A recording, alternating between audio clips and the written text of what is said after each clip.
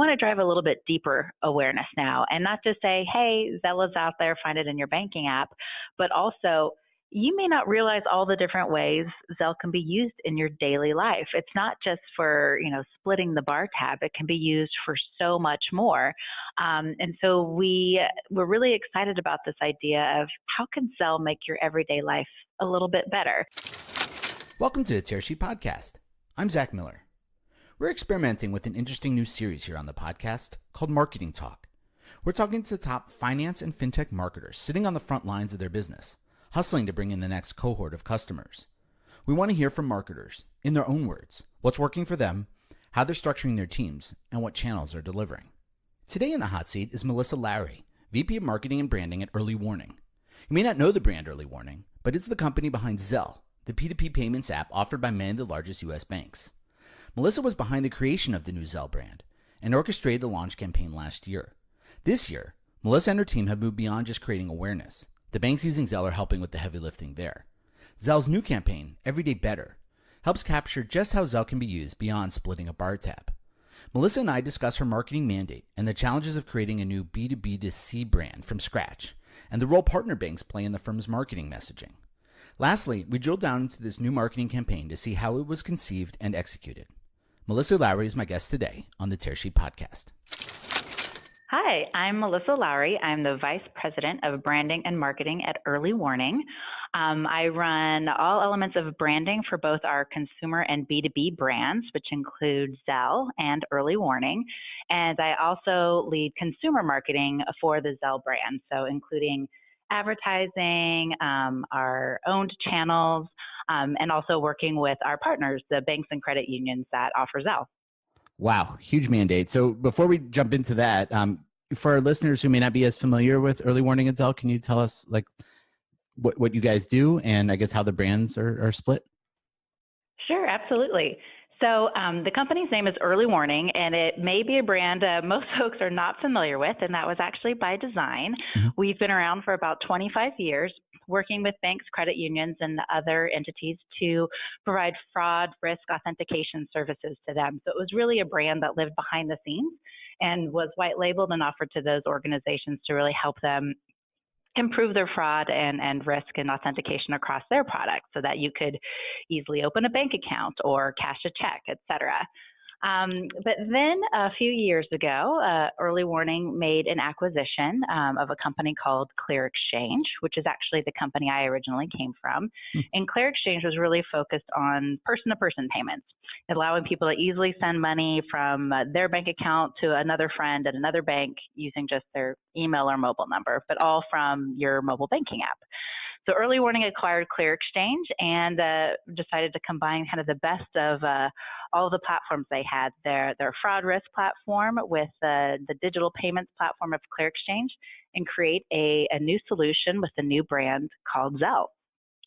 And so I was there for all of that and rolling out the Zelle brand to both the industry at large, who had obviously never heard of it. It was entirely brand new, as well as driving consumer awareness of the Zelle brand. And so that's a very broad mandate. How do you split your time and your thinking and your team? I guess your manpower in terms of managing the consumer brand versus the business side.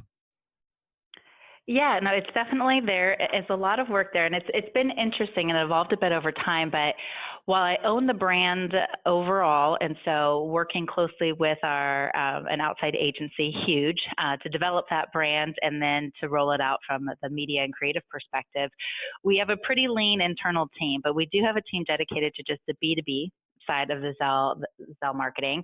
That's actually led by another vice president on the team. So he's very focused on PR and B2B for Zelle. So that helps so that he can really carry the heavy lifting on all the B2B side, working closely with me.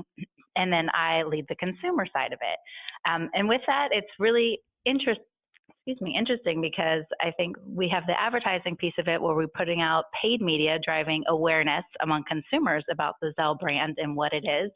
But we're really in an interesting position with all of our banks and credit unions that offer Zelle that we don't have to do it all on our own. And it's actually very beneficial to partner with our financial institutions to get the Zelle name out there. So while we'll do our own campaigns, which we'll talk about a little bit more later, we also work closely with those banks and credit unions to give them messaging, to give them materials that they can be using with their customers, so that we can use the customers of all of our banks and credit unions to be a captive audience to hear more about Zelle directly from their bank that they already know and trust.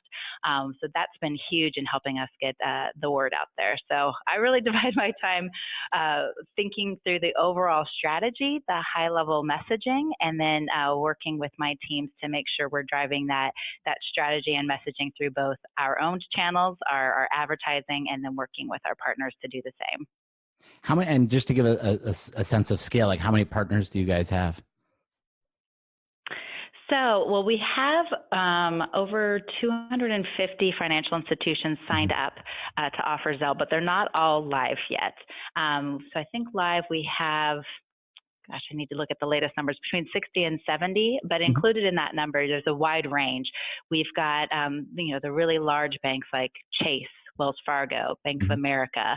And then we've also got a number of smaller banks and credit unions. So we love it because then we get that really big national scale, but also those community banking markets are offering Zelle as well. That's great. And what kind of metrics, what kind of KPIs do you use among the team to judge your success?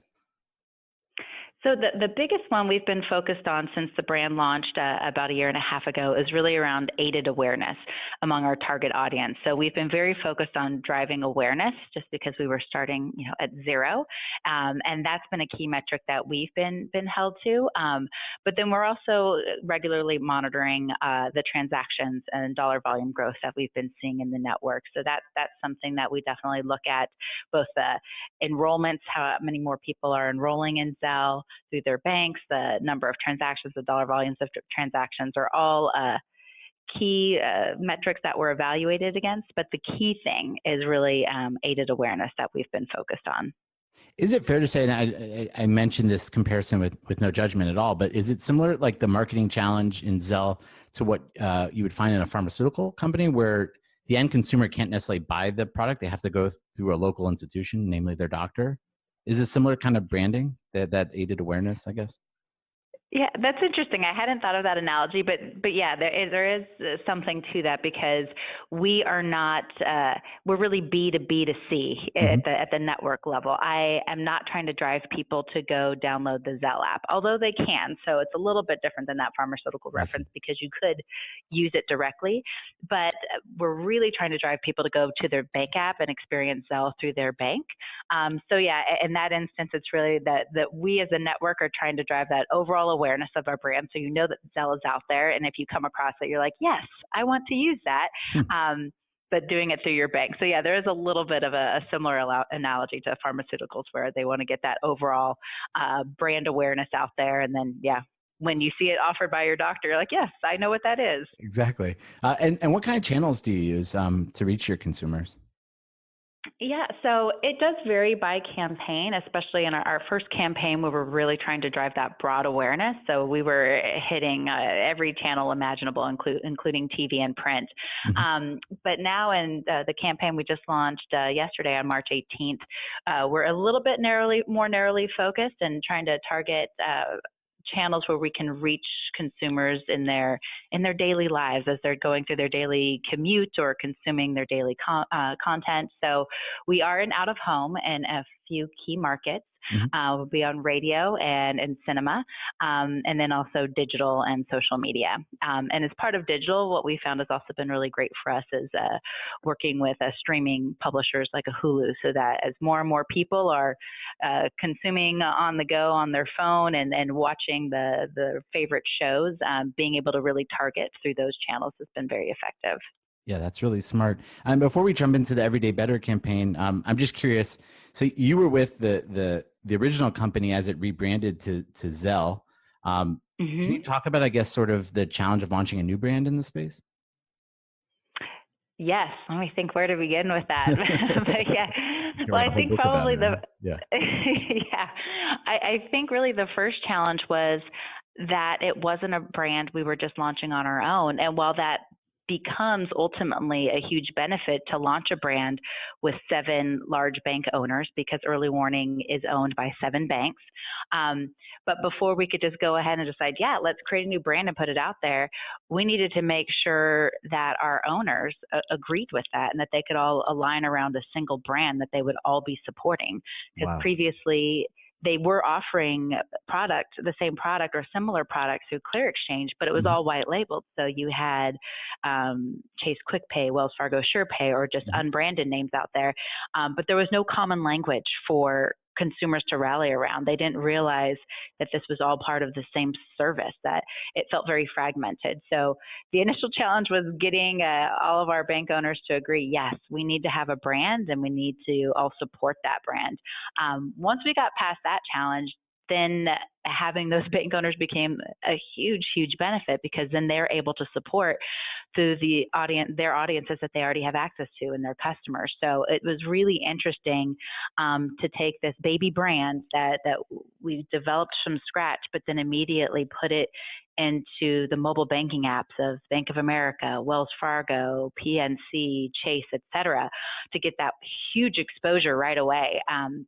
So it was amazing to have that reach through our banks, but we needed to also then quickly back that up with consistent messaging across all of them. So having really strong brand guidelines, really strong core messaging that we would give to all of our partners, not just the owners, but all the other banks that are offering Zelle, was absolutely critical, because people weren't coming in to that experience with any sort of preconceived notion of what Zelle was. They had no idea. So it was a new brand being introduced in a new place where they weren't expecting to see a third-party brand in their Bank of America app. So it gave us the reach, but it was definitely a challenge to make sure everyone was talking about Zelle in the exact same way, so that it was introduced consistently and cohesively. Was there a lot of, I guess, a training component in that? Did marketing have to do that role of really educating not just the owners, but the partners in the brand guidelines and how to promote this and how to absolutely effectively? Yeah, so we didn't have to do too much around how to promote. They know the best way to reach their customers through their channels. But yes, and this has certainly evolved over time now as we have more and more partner financial institutions offering Zelle. It's become increasingly critical that we continue to have that training. So we have a centralized partner portal that once you sign up for Zelle as a financial institution, your marketing teams can get access to the portal, and it has an immediate online training about the brand, so that before you can access any of the materials and download any marketing assets, you get just a very brief, training. Here's what the Zelle brand's all about. Here are the key ways to talk about Zelle. So you're immediately trained in a scalable way about the basics of the Zelle brand, and then it tells you where you can find the brand guidelines. We have then quick reference guides and a number of messaging materials and marketing materials that, especially for the smaller banks and credit unions, rather than needing to create their own assets, they can download email templates, ATM ads, banner ads, et cetera, that they can easily download and customize with their logo, so they don't have to create new assets. So that's been really helpful too, to have that consistency. That's really smart. So I'm excited. Can we jump into the campaign, the Everyday Better campaign? What is it? Where did the idea come from? What are you trying to accomplish there? Absolutely. So the Everyday Better campaign is really a continuation of the Zelle brand story. Last year, we were launching the brand, introducing everyone to what Zelle is and what the brand is and how you can use Zelle. And really, in that first campaign, trying to show that it's for everyone, regardless of your age, because people were starting to hear more about person-to-person payments, but it seemed like it was very much, for millennials. And we were like, no, it's for the mainstream. It doesn't matter your age, your life stage. You can use Zelle. It's for you, and it's in your bank app. What we're continuing with now is still introducing the Zelle brand. People are getting more familiar with it, but there's definitely still a need to continue to drive awareness. But we want to drive a little bit deeper awareness now, and not just say, hey, Zelle is out there, find it in your banking app, but also, you may not realize all the different ways Zelle can be used in your daily life. It's not just for, splitting the bar tab. It can be used for so much more. And so we were really excited about this idea of how can Zelle make your everyday life a little bit better. And that's really where the idea initiated from, of finding ways to showcase different use cases that people can use Zelle in their daily lives to make it better. And we really love looking at kind of the positive side of things. So the idea of everyday better and was very uplifting, as well as educational, was really exciting for us. And did you worked on this with your outside PR firm? We did. So we continue to work with Huge in Brooklyn around the creative concept, the media strategy, and the media execution. So yes, they've been very involved in all the different facets of this campaign. And you mentioned this campaign, as opposed to the first one, is I guess from a channel selection, it's tighter. It's a little bit tighter, yes. So we are still in digital, social media. We'll be in out-of-home, radio, and cinema. And how long do you plan to run this campaign? So it kicked off yesterday, and it will continue through the end of September. And same metrics apply to this? I mean, what are the end goals of if you can effectively communicate that Zelle can make people's lives every day better, what should they do? So we're still monitoring the aided awareness goal. So we're still really focused on that, and also really working with our partner banks to have them be aware of the same messaging, the same campaign, so that they can be leveraging that as well. And as a result of that, really their role will be to be driving adoption and usage. So we'll continue to be playing an overall role of driving awareness in the industry and helping people get excited about what Zelle is, and to go find it in their bank app, because they now know ways that it can be relevant in their life. And then looking to the bank partners to continue the story and drive that usage and adoption. What were some of the use cases, I guess, that you showcased to help people know that Zelle can make their everyday lives better? Great question. So we started off looking at ones that we could see from our transaction data that were popular use cases. So we looked at actually memo fields of all of the transactions to try to identify how are people really using Zelle in different ways. And it's a little bit of art and science, because people aren't selecting from explicit fields of what are you using this for. So you have to go through the memo fields and kind of guess at what some of the memo fields mean. But our top 3 use cases that we saw were not a big surprise. It was for paying your rent, splitting bills, and gifting. So we definitely wanted to highlight those 3. And we thought especially, so we wanted to make sure we highlight those everyday use cases, but gifting was really interesting to us because we thought there could be a real opportunity for people to feel more comfortable with gifting money, that can still be a personal and thoughtful gift, and something that people really do want, so that they can then buy whatever they really want. And so you'll see more as we get into different seasonal moments where gifting becomes more prevalent, especially around graduation, Mother's Day, Father's Day, that there'll be some fun highlights around the gifting use case, as well as continuing to highlight those quote unquote everyday uses like rent, splitting bills, also, sending money to your kid in college. If you have a side hustle that, you're a small business, being able to get paid with Zelle. So there's a variety of different ways that people can be using Zelle that they may not have been thinking about before. That's awesome. I guess we have time for one last question. This is a little more personal, though it's still in the business context. What are your big audacious goals for this year as a professional? What's your focus, and what are you guys working on the rest of the year? Yeah, that's a great question. So I think for me, the biggest thing is being able to leverage this campaign in a way that we feel hasn't really been done before. So not just us, the Zelle network, putting out a campaign on its own and giving some messaging to the banks and hoping it all comes out all consistent, but really working closely with all of our banking partners, large and small, and trying to coordinate our marketing efforts to have a significantly more impactful campaign, and trying to coordinate across dozens and dozens of financial institutions is no small feat, in convincing them that, hey, not only should you be marketing Zelle at the same time, but here's how you should talk about it and what exactly you should say and the creative angle you should take. Has been a really exciting challenge, but you'll see a lot more around that in the upcoming months, around some coordinated efforts to talk about Zelle, regardless if you hear it directly from us or from a large bank or a tiny credit union. I will definitely keep our eyes open for that. Melissa, thank you for joining us on Tearsheet Podcast. Great. Thanks so much.